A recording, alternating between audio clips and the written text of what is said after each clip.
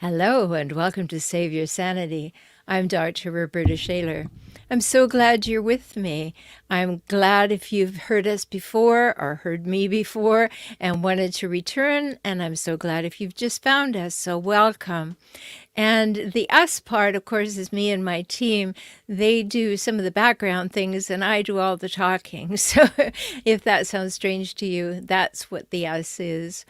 And you're part of us too, because you're here with us, and that's great. So tonight we're going to talk about something that really needs to be talked about. It's about emotional brainwashing. Now, that's not a common term. I just decided to use it tonight because it really is what happens to you if you've been with one of these relentlessly difficult, toxic people that I call hijackals. And you will recognize it, but I want to go deeply into it tonight. What causes it? Why is it happening? What does it look like? What does it sound like? What does it do to you? So that you can have some insights. If you haven't quite been able to put your finger on what's happening, then you will be able to certainly after tonight. Because emotional brainwashing, we need to understand how it erodes your self-worth and your self-confidence and a lot of other things too. And so let's just talk for a minute about what it is. When you think about brainwashing, don't you think about prisoners and waterboarding and being put in a room and told things over and over again until you're so exhausted and sleep deprived, and then you begin to believe it. It's easier to believe it because you start second guessing yourself and you start believing what someone is telling you or what a bunch of someone's is telling you. And so this becomes a process in which you then have your brain eroded from what you previously thought to what they want you to think. And why did they do that? Why is there a brainwashing process? Because they want power over you. They want to direct your thoughts. They want to gaslight you. They want to take control of your reality. They want to get in your head and have you believing everything that they say. Does that sound at all familiar to you? You know, I've said before I had two hijackal parents. I married a hijackal. I divorced a hijackal. I co-parented with a hijackal. These things certainly sound very familiar to me, although it's in the distant past, and it could be in your distant past too. So let's just think about what is the definition of brainwashing. Well, it's the process of making someone believe something by repeatedly telling them it's true and also by preventing them from getting any other information. So that's why hijackals like to isolate you. That's why they like to marginalize you. That's why they like to move you to the country and take away your car keys. All of that thing because they want to make you believe that what they're saying about you is true. And it's always about tearing you down, wearing you down, and putting you down. And so the brainwashing process is that they keep repeating these messages in one way or the other. It could be with an eye roll, it could be with words, it could be with threats, it could be with anything, but they repeatedly tell you something is true because it serves their purposes to have you believe it. And you probably already are sitting up and taking notice because if you've had a hijackal in your life, you understand the truth of that. And so it becomes important for us to understand that this is an integral part of emotional abuse. And I wrote a definition of emotional abuse recently so that we could share one for everybody listening to the podcast and the people who work with me. Here is my definition of emotional abuse. It's controlling another person by criticizing, embarrassing, shaming, blaming, discounting, dismissing, depriving, and denying their rights, their needs, their thoughts, their feelings, and denying them equality. All of those things in my books add up to emotional abuse. And if those things are happening in your relationship, whether that was with a parent, with a partner, with a sibling, now maybe with an adult child, all of those things could be going on. So it becomes very important to get clear about this, because it will indeed erode your self-confidence. It will erode your self-worth, your self-image, your self-concept, all of those things. Now, recently on the podcast, I had a guest, Beverly Engel, and she's just written a new book called Escaping Emotional Abuse. So she was talking in the book about how this all comes down, because in the beginning, there's the love bombing phase. They want you to like them. So they read you like a book. They become a chameleon, everything you ever wanted. They bring you things, they take you places, they do lovely things, they say the right things, they future fake. That means that they're making a future promise. We could be all this in a bag of chips, and you want that. Of course you want that. It's just what you wanted. And so they know about the love bombing phase, and they spread that thickly. And they can sustain it for a while. Problem with hijackals is they're not good at sustaining it, because this isn't who they really are. This is an act. But they can love bomb for a while. And if you keep putting them off, they will either do it a little bit longer, or they will start making you wrong and go away. So one of the ways that you can tell quite early on if you're in the dating world is if you keep not being ready to have the relationship go to another level, you will soon see whether or not they change. So in that love bombing phase, everything is lovely. And then we have that erosion that begins, just a little off comment here, a little bit of a sly, snide remark there. And then when you catch them, what do they say? Oh, I was just kidding. Or you really have a thin skin, don't you? They will always make it your fault.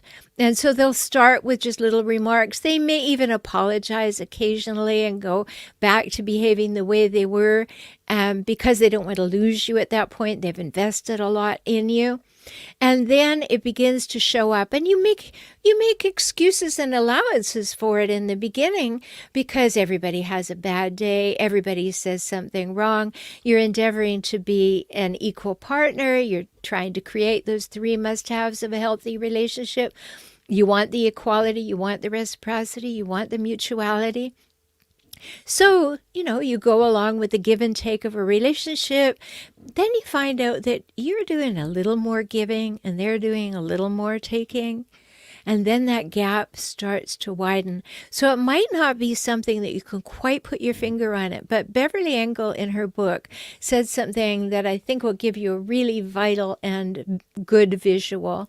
She said, emotional abuse can be likened to the slow drip, drip, drip of water torture. The first few drops of water on your forehead don't bother you that much, but soon the constant dripping begins to unnerve you. You spend all your time anticipating when the next drop will come, and you become more and more sensitive to the drips until each one feels like a drop of fire on your forehead. Whew. Does that describe anything that you have experienced? That it started out great, and then you were making allowances for the person, maybe justifying, rationalizing their behavior. Maybe they touched you in a deep way with their past trauma, and that person's been so terribly hurt, I should give them more space. I should make more allowances for them. Remember, that's all plucking at your heartstrings very purposefully. So it takes a while to sort that out. But very important, and that drip, drip, drip on your forehead, that's crazy making. When people do water torture, they eventually can only hear the drips, and then pretty soon they start hallucinating and losing their minds. And that can certainly happen to a degree. And you start to say, is it me? Am I the one who's causing all this problem? So many times people come to my groups or talk to me in my membership program, and they say, I'm beginning to think maybe I was the hijackal. That's almost a stage people go through when they consider leaving a hijackal. Because what if it's me? What if I'm making a mistake? You've been told so many times that you do nothing but make mistakes. Of course you're going to have that question. Of course you are. And that's normal. That's natural. But it isn't you. It isn't you. It's what you've been told. It's that drip, drip, drip of water on your forehead. So the love bombing phase sets you up for the picture of what the relationship is, as well as the picture of who that person is. Now, if it was your parent, there was no love bombing phase. You just were born into it. But if you were in a romantic relationship, that's the love bombing phase. Or if you're creating a new friendship or a business dealing or a business partnership, that can be the love bombing phase. Have you ever been hired by a very charismatic person and within 3 weeks you wonder, what did I ever think this was a good idea? Why did I think this? The person has changed so greatly, but they put on a good show in the beginning. That's all the love bombing. So don't beat yourself up for falling for that. You had no idea that was false. Not at all. But the emotional brainwashing began.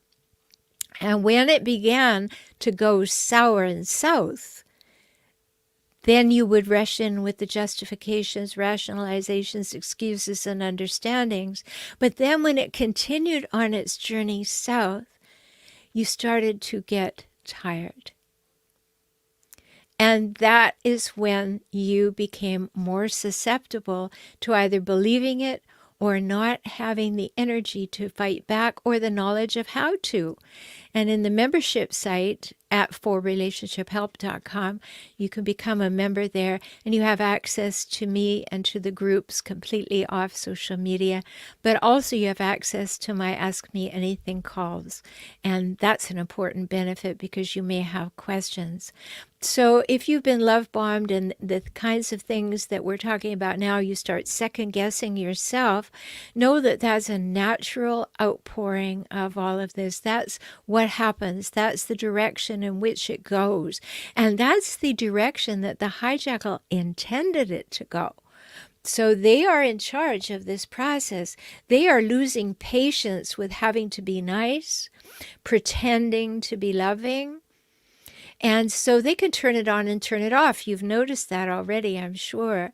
So they want to turn it off. They want to get on to other things. They've got you in the bag. They figure, in my book, Escaping the Hijackal Trap, there's a whole chapter called The Gotcha Factor, how they get you and nail you down, and then you don't realize what you got yourself into.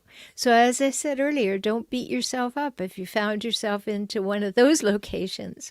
Don't beat yourself up. Just know, oh, I now know where I am. Have a good look around and say, yeah, I am hostage to someone who wants to brainwash me.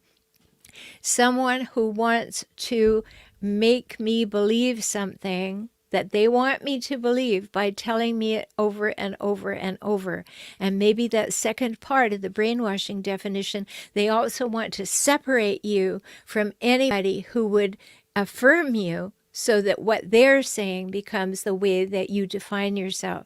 That's what they want. So we have the love bombing phase, then you go into maybe a little honeymoon days, if you're lucky. And sometimes it'll last for a couple of years because they're satisfied. They're still working on you and things are working out. And probably you're giving them extra room. You're giving them the benefit of the doubt. You're going the extra mile because you are a healthy, loving person. And they are beginning to take more and more advantage of you. But then that drop starts to really be noticeable. Like, you didn't mean that. You said last time you didn't mean it, but you just did it again. So you did mean it. Now, there's an episode on faux apologies. A faux apology is when someone says they're sorry and makes no change in their behavior. A real apology is when someone is sorry and it is demonstrated that they are sorry because they don't do it again. There's a sustained change in their behavior. But hijackals are the kings and queens of faux apologies. If pushed, they will say something that's kind of sideways, like, I'm sorry you feel that way, or I'm sorry that you saw it that way, or I'm sorry that you heard my words that way. That is so convoluted and passive aggressive. It's crazy making, right? And that's their idea of an apology. But you might get one or two in the early days. But then that drip, drip, drip starts to be something that you notice. That, oh, there was a little bit there. There was a complaint about the food. There was a complaint about the house. There was a complaint about the timing. There was blame. There was shame. There was put downs. And slowly you're being worn down and torn down. And then you start to notice that these outbursts, these little hits that come your way, they start first with a little bit of an apology, and then there's an outburst with no apology, and then there's an outburst with blame attached to it, and then it goes worse from there, maybe an outburst of rage. And by this point, you're second-guessing yourself like crazy. You're questioning your sanity. Not only what did I get myself into, but is it me? Am I really seeing this? Am I being too harsh? Do I not see the good? Should I see the good? Is there any good? All of those questions that come to you because you have some sense of wanting to be treated well, and you are going probably overboard by this point to treat the hijackal well. So they say you're wrong, and they say you're nothing, and they say you're to blame. And they're on you all the time. There's always a little hit here and a little hit there, and maybe a big rage and a big outburst, and then, maybe the dreaded silent treatment, which I hope you see the way I do. If they pull off the dreaded silent treatment, rejoice and enjoy the silence. Don't plead with them to talk to you. When a little trick here, when you don't plead with them to talk to you, when you don't make them wrong for being silent, they don't know what to do with that. You give them the impression you would be 100% happy if they never spoke to you again. They don't know what to do with that because this is a power move and they're not getting any power for it. So if they do the silent treatment, enjoy the silence and go about your business. And that may be something new for you to try because you're so sorry that they're not speaking to you and they're withholding themselves from you. Just call it for what it is. Mommy or daddy is not speaking right now. So we're just going to have to go about our day and do what we want to do. They'll speak up soon enough. But this is the whole pan of all of the things that people will do who are hijackals to have power over you. The silent treatment is one of those. But this constant emotional brainwashing, let me tell you, nobody would put up with you the way I do. Nobody would want you. And then you say to them, okay, great, well, why don't you get rid of me? No, I'm the only person in the world who put up with you. Maybe you've heard things like that. And so it really becomes a brainwashing technique, constantly picking at you, constantly telling you you're not good enough, constantly telling you you make mistakes, constantly telling you you're to blame for everything that's going wrong, constantly finding problems with your appearance, with your language, with your career. I was on a show the other day and someone said, well, how do hijackals choose who they come after? And I said, well, there's a spectrum from one side to the other. On one side, there are the people who already have maybe a low sense of self and they're looking for someone to validate them. A hijackal comes along with all of their love bombing skills, and you think you've died and gone to heaven. At the other end of the spectrum, what they like are really successful people because they see them as a challenge. They want to see if they can mine their vulnerabilities and then weaponize them and bring them down.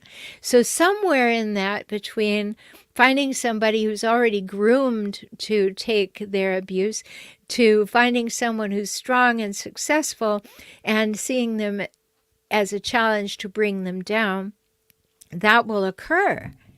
And in that spectrum of people, they're practicing their skills of manipulation. And one of the big skills that they use in order to emotionally brainwash you is gaslighting. And that's when someone else, the hijackal in this case, wants to define your reality for you. They will tell you what you think. You know, if anybody ever says to you, I know you better than you know yourself, run, in your mind. You may not do it physically, but run. What do you mean you know me better than I know myself? Don't let that ever ring true in your mind. Nobody knows you better than you know yourself. And if you think that could be possibly true, get to know yourself better. Because if you could fall prey to that line, they will take the opportunity to gaslight you. They will tell you what you think, what you feel, what you need, what you should remember, what you prefer, what you want. They will tell you, and they will tell you if you want something different that you're wrong. They know what you want. They will tell you how things are. They will remember the story differently than they told it. They will remember the story differently than it happened. It will always be to their advantage. But part of the emotional brainwashing is to get you to agree with them. And somebody tells a story about something that happened in your past and they elaborate a tiny bit or it's a little bit off here and there, but you think, oh, that's not enough to call them out for, right? You don't say anything. You just, well, it's not quite right, but it's close enough. They're counting on that. And then the next time they tell it, it's another 6 degrees off. And another 6 degrees off. Pretty soon, it's too late to say anything you think. You've put up with it. You've gone along with it. And that's just what they wanted. That's part of the emotional brainwashing. So it's very important to understand that. And it's important to understand that their mission is to put you down, wear you down, and tear you down so that you become too exhausted to fight back, and that makes you compliant. And that is the end result of emotional blackmail, that you are bonded, and I did a show on this last week, trauma bonded to this person. And that's sad. And if you are there, it's time to change that. But if you feel like you're being emotionally blackmailed right now in your relationship, it's really time to wake up and smell the herbal tea because you don't want this for a moment. And it's not like you're going to stand up and say, you're not going to emotionally blackmail me. That won't fly. You know that won't fly. Making them wrong doesn't fly. It's something that within you will begin to notice. That's not true. I know that I'm not like that. I know that that didn't happen that way. That isn't my perception of events. That's not what I think and feel. And so here's a technique for that if you find yourself in that state. Quietly, neutrally, and genuinely, just say, oh, that's not the way I remember it. No, actually, that's not the way I feel about it. No, I hadn't been thinking along those lines. Just start practicing affirming yourself. Not in a big emotional way, not in a flashy way. Just start affirming yourself. If you have to start by not saying it out loud, start that way. But then just quietly start saying it out loud.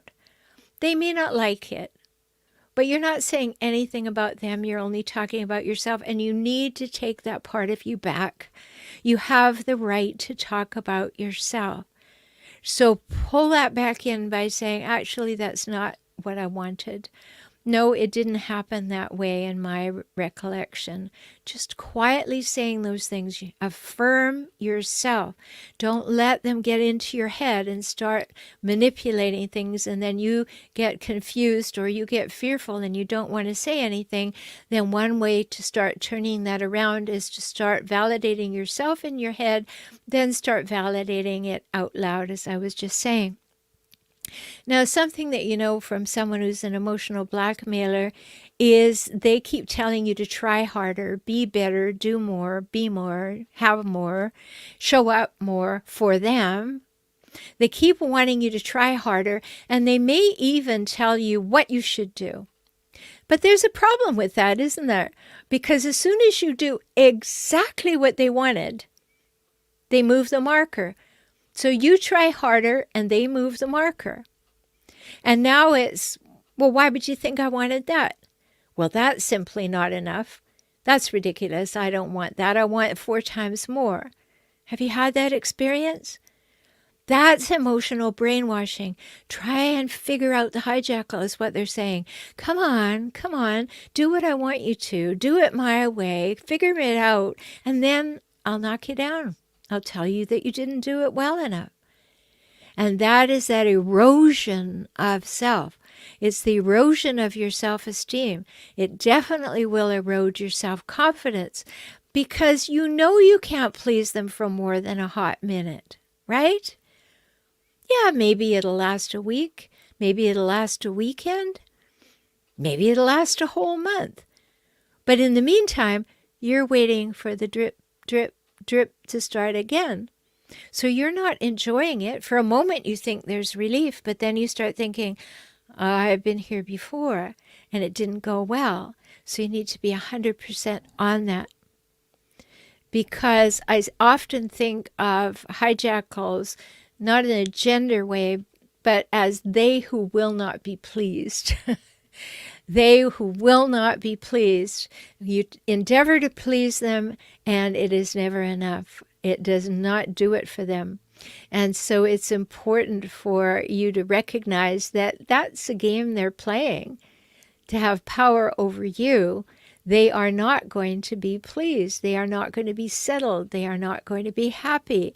They are not going to be rewarding you. As would happen in a healthy relationship, a non-hijackal would be thrilled that you wanted to do something they asked you to do. They would be so appreciative. But a hijackal does not have that to give.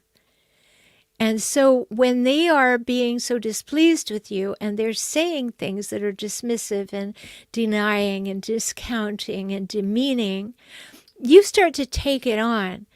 And you can start to feel less and less and feel like you're on shaky ground and feel like you can't speak up because you've let it go on so long, or you tried and you got squashed like a gnat. And so you stop. You get tired.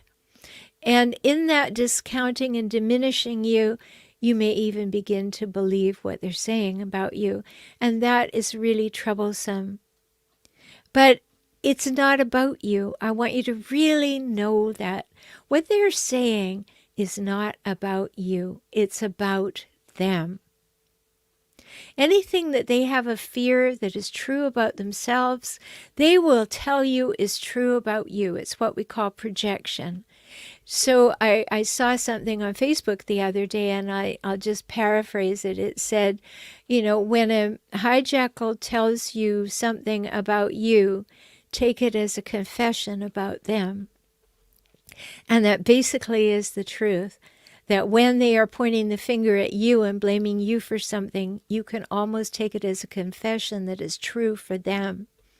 So in this emotional brainwashing situation, they are trying to get you to believe their opinion of you. And it's an extension of gaslighting, but it's not about them. It's about you standing up and saying, no, you're not going to tell me who I am. You are not going to define me. And as I said, if that conversation starts in your head, which is a good place for it to start, otherwise you might blurt it out and maybe not have it be so neutral. But know that that it's not about you, it's about them. They are endeavoring to have power over you. And one of the things that is true for many people, especially if you've been raised by a hijackal, and I think I told this story before on another podcast episode, but I had 2 hijackal parents, and I'm an only child, so I chose to nurse them to their deaths at home. They died 5 years apart. My mother was the last. And after she passed, I had some time to reflect on something that had happened in the hospital, or not in the hospital, in her room where she passed. And I had put my hand on top of hers because, of course, a hijackal is not going to hold my hand, right? So I put my hand on top of hers and I said, Mom, you've never told me that you loved me.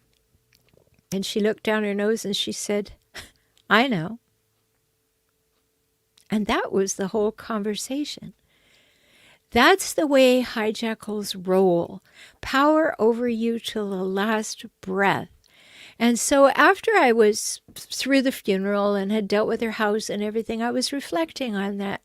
Why did it matter so much? Now, of course, we can all answer that question. Every child wants to be loved by their parent. But why did it still matter to me at 40 plus? Why? And here's what I figured out, and I've said this in so many speeches I've given, and so many women particularly have come up to me and said, oh, that's true for me. And here was what I discovered. I didn't like my mother. I didn't approve of her. I didn't agree with her. She was nasty. She was critical. She was judgmental. She was two-faced. So many things. But here I was, and here's what I figured out. I was waiting for the approval of someone of whom I didn't approve. Now that's a real head turner. If you can realize that you don't like the way the hijackal is behaving, and yet you're wanting them to like you, okay, light bulb moment. Why would you? You don't like the way they behave. Why would you want them to like you? And that can be a big moment. I know with my clients, I'll often find them in that state where they didn't even realize that. And when I share that story with them, the penny drops. If you want to talk to me, you can go to beaclient.com. I have a new client 1-hour offer there for only $97. But when I am talking with someone and they realize that they too were waiting for the approval of someone they didn't like, they didn't approve of, they have no respect for, that's a big turning point, right? That is a big turning point. It can be a big turning point for you. So emotional brainwashing leads you to have eroded self-worth and self-confidence. And I hope by understanding these ways in which they do it and why they do it, you will begin to have that turning moment when you stop looking for the approval of someone who is determined not to approve of you, but worse, that you don't even like. I'm Dr. Rhoberta Shaler. You know that you can always find me at forrelationshiphelp.com. Join me here on the podcast at any time. Join me on YouTube. My channel is called, you guessed it, For Relationship Help. And until we talk again, be very good to yourself. Treat yourself gently. Treat yourself well. Think well of yourself. Speak well of yourself, because you matter. Talk soon.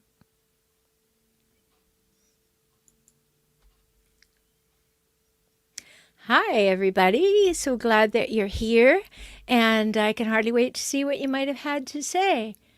Hi, Maria. She says hello. Stella says hello. And Brianne says exactly.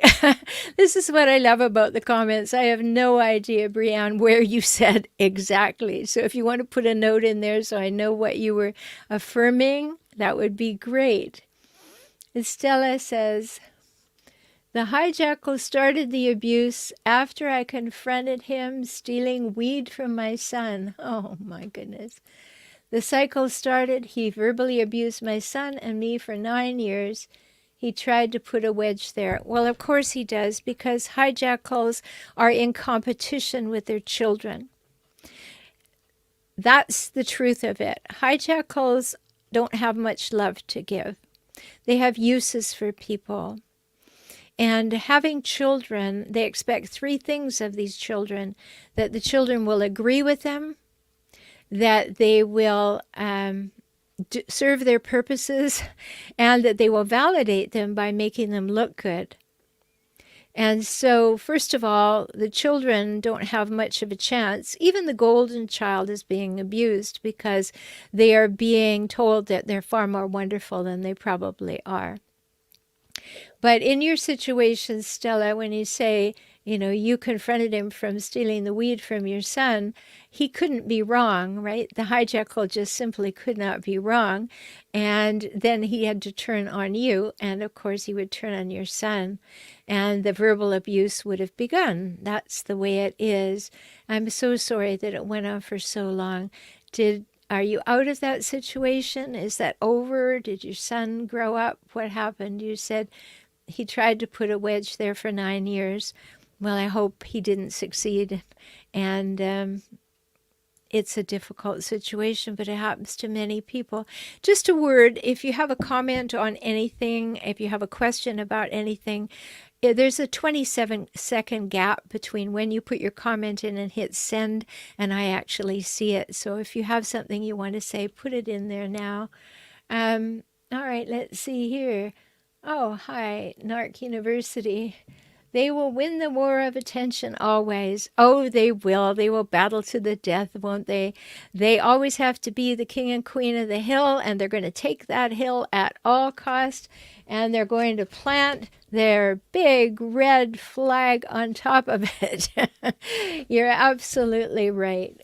Brianne said, "You're my new trauma therapist. I think you're the only one who can help me." Well, I may not be the only one, but I'd be very happy to help you. Like I said, you can always go to beaclient.com if you want to talk to me personally, or come on over to forrelationshiphelp.com and become a member of my support circle. Lana, hi. I'm beginning to see familiar faces showing up here. That's great. Someone telling me what I was thinking is definitely a battle cry to stand up for myself. It sure is. If someone wants to gaslight you, that's the moment when you say, "Oh, no, you don't." Now, you don't say that out loud to them. That's not going to happen. You don't do the finger wagging either because you don't poke hijackals. But you certainly say, "Actually, I don't believe that's true. No, that's not what I think. No, that's not what I want. No, that's not what I prefer." If you're interested in knowing what I prefer, you're welcome to ask me. And as you begin to affirm those things, you will begin to feel empowered. And yes, they're going to have a hissy fit every now and again about it. But if you're just gentle with it, quiet with it, and neutral with it, you will begin to take up more space and you'll feel better about yourself. The hijackal won't feel any better about you, but you'll feel better about yourself. Hi, Lara. Hello and thank you. Well, you're welcome and hello. Maria says, "That is powerful to move from the standpoint of wanting approval from mom and sis when I don't approve of their behavior toward me. They can't move past the fact I can't be Cinderella anymore." Yay, you! Good for you. You were not put on this earth to be Cinderella. And when you have hijackal siblings or hijackal parent, it can be like that. I've told the story of my mom telling me to go get the bucket. I think she honestly thought that I would do it, but I didn't. It's important for us to understand that. I think it's a very powerful realization that when you can come to center and not be afraid as your first way of being, but you can be listening for the gaslighting and say, "No, it actually isn't like that. No, that's not what I want." Then you begin to get a more powerful idea of whether or not you're looking for the approval of someone you don't even like or respect. And that can be just a huge life changer. When that penny dropped for me, even though I owned a retreat center, I had a great job, I had kids, I had all of that, and I had just gone through the loss of both parents. And then I had that final realization, or maybe a near final realization. Aren't we always growing? But I realized that there I was. There was a part of me that, much as I did not like her at all, I still cared that she liked me. And that's a real adult moment, when you realize that you get to decide if you're good enough. They don't. So Lara said, I'm the scapegoat. And I went supernova on. And then the words stopped. Okay. Well, being the scapegoat is a difficult situation because they're endeavoring to wear you down and tear you down all the time. That you couldn't do anything right. You can't even breathe right. So it's a very, very good moment when you look up and say, oh no, I don't believe a word you say about me. That is just simply not true, and I'm not going to go with it. So if that's what you mean by going supernova, Lara, yay you. That's good if that's what it took. I'm more of the I don't care to speak to you anymore and then don't variety. All right, Stella says, yes, my son is 26. I'm no contact for 4 months. It's not his biological son. I would have guessed that that was a possibility because they want extra points for taking on children that are not their biological children. And so I'm so glad that you're out of that. And no contact for 4 months. You go, girl. You know, this whole no contact thing can be really difficult because of last week's episode on trauma bonding. You know, how we get addicted to those emotional ties. So if you didn't listen to last week, be sure to do that because you need to have that in your understanding that trauma bonding is a real thing. And we really need to understand the hows and whys of it and how to move ourselves out of it or to reject it. Because once you really see what the underlying game is, the manipulation is, you have a hope of saying, I don't want to play anymore. So that's an important thing. Catherine, hello, Catherine. What are signs of emotional brainwashing and what emotions come up with it? Well, the most important one is they will always tell you that you're wrong. They will tell you they're right and you're wrong. Other ways that they can do that is by tearing you down. They will pick at you. They will tell you no one would want you. They will tell you that you're the scum of the earth. They will tell you that you are terrible at being a mother, at being a wife, at being a person, a woman, a man, a husband, a father. And just a word, there are equal numbers of male and female hijackals in the world. They present a little differently, but it's not one-sided at all. That's really important to notice. Signs of emotional brainwashing are also that they have to be right. They have to win in every conversation, and so therefore you will be wrong.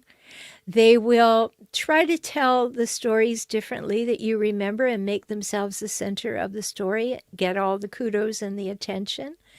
All of these things are ways of telling you what they think is right, what they want you to believe about yourself. And then they try to marginalize you too. They will tell you that your friends are crazy, that your family doesn't really care about you, only they care about you. And they bond you into that way. So I hope that helps you, Catherine, to know some of those signs. Maria says, how do you deal with rumination? So do you mean, Maria, that you're playing it over and over in your mind? That's something that's very common to people who are with hijackals, is you keep running what happened in your mind. And how do I fix it? Or was I good enough? Or is there something that I could do? And you get into anxiety just by replaying what has occurred. So if that's what you mean, the important thing is to have replacement thoughts. If you have a thought that's running all the time and it's a negative one, actively write down the replacement thought you want. If you are thinking, I'll never be good enough, write down something like, there are people who would find me very good. And replace the thought so that when you hear it, your replacement thought begins to run. When you start cogitating on that, when you start staying up at night thinking you're a bad person because they told you are, have a replacement thought. No, I'll give you a little example. I had a client, a couple, and I think I told this story on a podcast too, but I had a client couple where the man was an entrepreneur and the woman was a medical doctor. And the man just put his wife down all the time. And they had a baby, and he told me straight up, barefaced, he said, I can't trust her with the baby. I mean, she's too absent-minded. Something would happen to the baby. She wouldn't be on it. She wouldn't be able to take care of it. She wouldn't know what to do in an emergency. And after I got my jaw up off the floor, I said to him, are you speaking of this woman who's a medical doctor who has the care and the lives of many in her hands? And he said, yeah. And that's the way hijackals roll. So it's really important to understand that other people will paint you into corners in which you do not have to stay. And emotional brainwashing is intended to do that. Gwen, hi. My husband's friend rang our doorbell, and I went to get the door, and husband put his hand out to block me from going to the door, and it turned into a light slap. He retracted his hand quickly. Is it domestic violence? That would be really hard to prove because you wouldn't have a mark. But just note it, write it down, because if things do happen that fall into the category of you doing nothing and being hit or hurt, you want to have a record of that with time and date and exactly what happened and who witnessed it. It would not fall in the category of domestic violence because there's no anger, there is no rage, there is no intention, all of that. And domestic violence in some countries is much easier to have people hear than in others. Here in the United States, 4 years ago, we had an excellent, upgraded, wise, enlightened definition of domestic violence that included coercive control and financial abuse and spiritual abuse and physical, emotional, sexual abuse, verbal abuse, and it was all in there. But the last administration took it out, took it back to the draconian dark eras where it said that domestic violence only occurs when someone is physically harmed. So if you live in a country that has coercive control coming into their law structure, like the UK or Canada, great. I hope that we'll have that here. But do understand what domestic violence is where you live so that you're very, very clear. I don't know what you agreed with, Maria, but yes. Stella said, the hijackal told me he was rare and perfect. Oh, how glowing and wonderful. Not seeing how he emotionally and verbally abuses his mom is a hijackal too. Yeah, well, hijackals don't fall very far from trees. And you will usually find a hijackal parent when you look behind a hijackal. You will find that there is somebody else in the family who behaves that way, who groomed the person to have these hijackal behaviors, because almost always hijackal behaviors are ones that were acquired in the first 6 years of life. That's where you get the idea of who you are and how to behave, and you're watching the modeling of your parents even before you have language, and then you will go on to behave in ways that will cement that, and the hijackal parents will cement it too. So very much something that is not surprising that they would have a hijackal parent. Let's see, what else do we have here?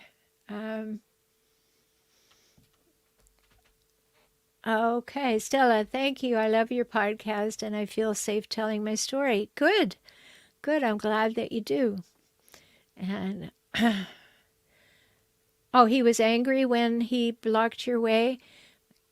Were there witnesses to it? Do you think he meant to hit you? I still think you will be on shaky ground, but do write it down, Gwen, for sure, because it could be the beginning of escalating physical violence. Sorry to have to say that so directly, but you want to have a record of it. And if anybody noticed it, check with them too.